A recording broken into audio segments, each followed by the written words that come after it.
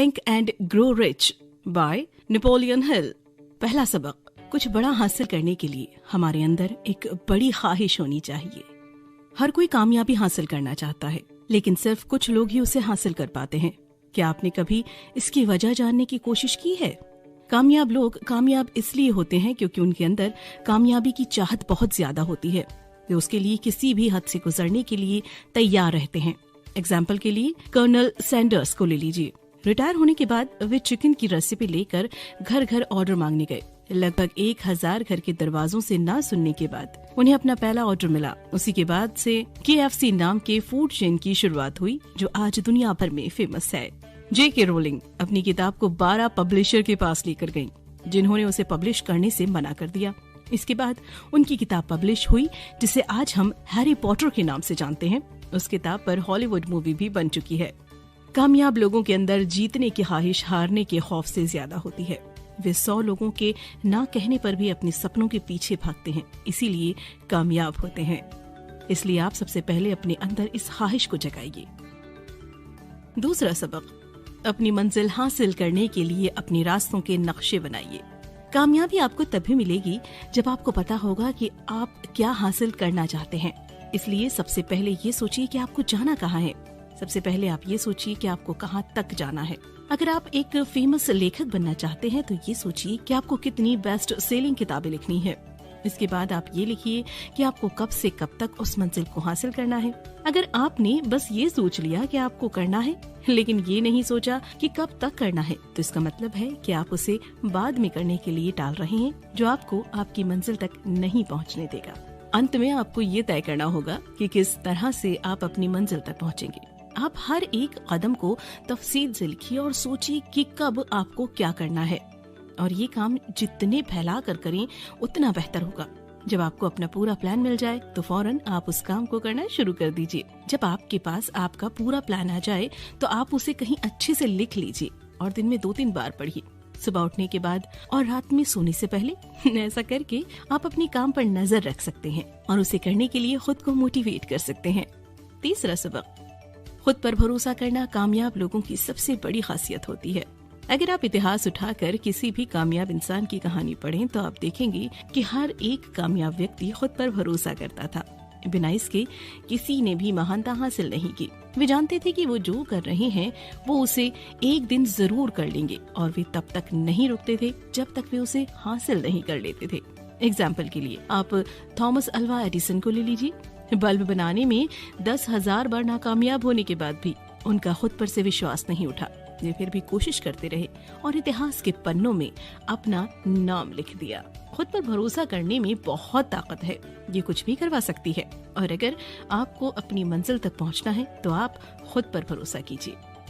चौथा सबक, अपने बारे में खुद से अच्छी बातें कर आप अपने व्यवहार को बदल सकते हैं। हर कोई खुद पर भरोसा करना सीख सकता है। अगर आप हर दिन खुद से ये कहते रहें आप ये काम कर सकते हैं, तो एक समय ऐसा आएगा कि आप वाकई उस काम को करने के काबिल हो जाएंगे। खुद से इस तरह की बात करने को ऑटो सजेशन कहा जाता है।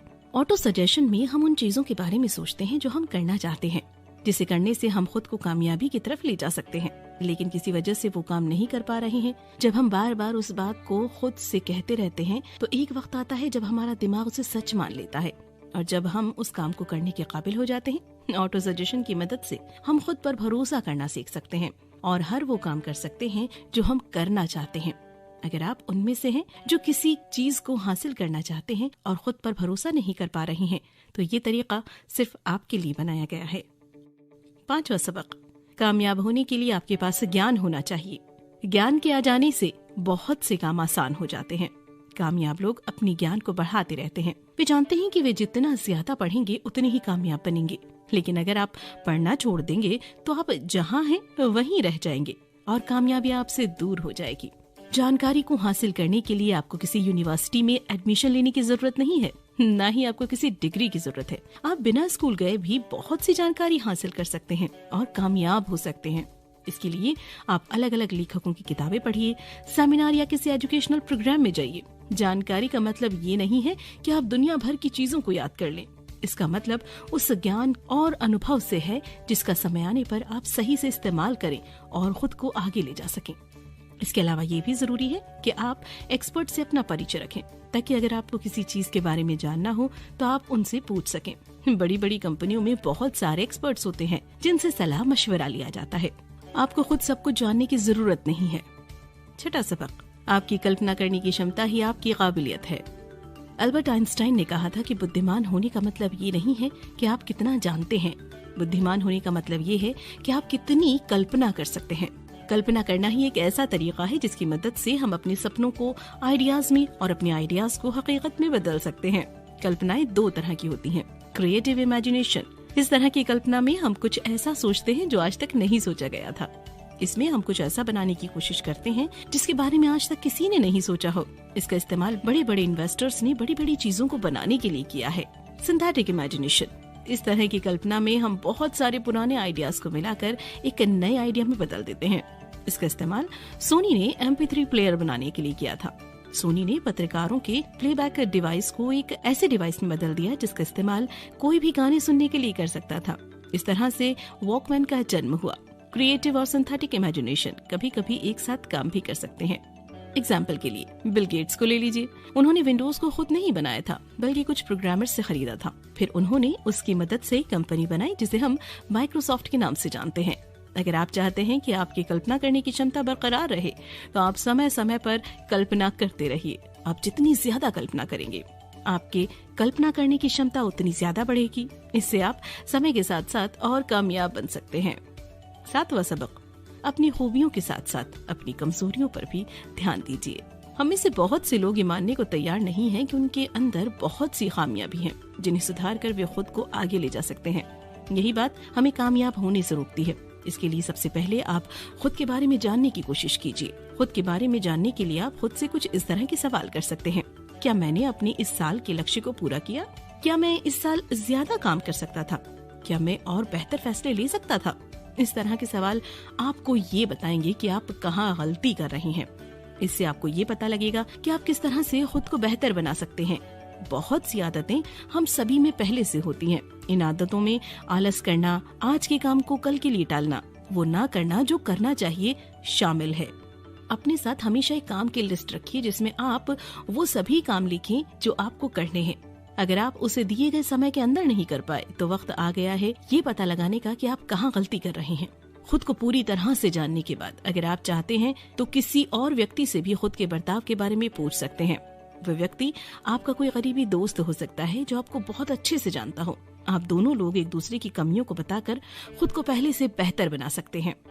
आठवां सबक, कामयाब होने के लिए अच्छी सोच रखिए। हमारा कॉन्शियस माइंड अच्छी और बुरी चीजों में फर्क करना जानता है।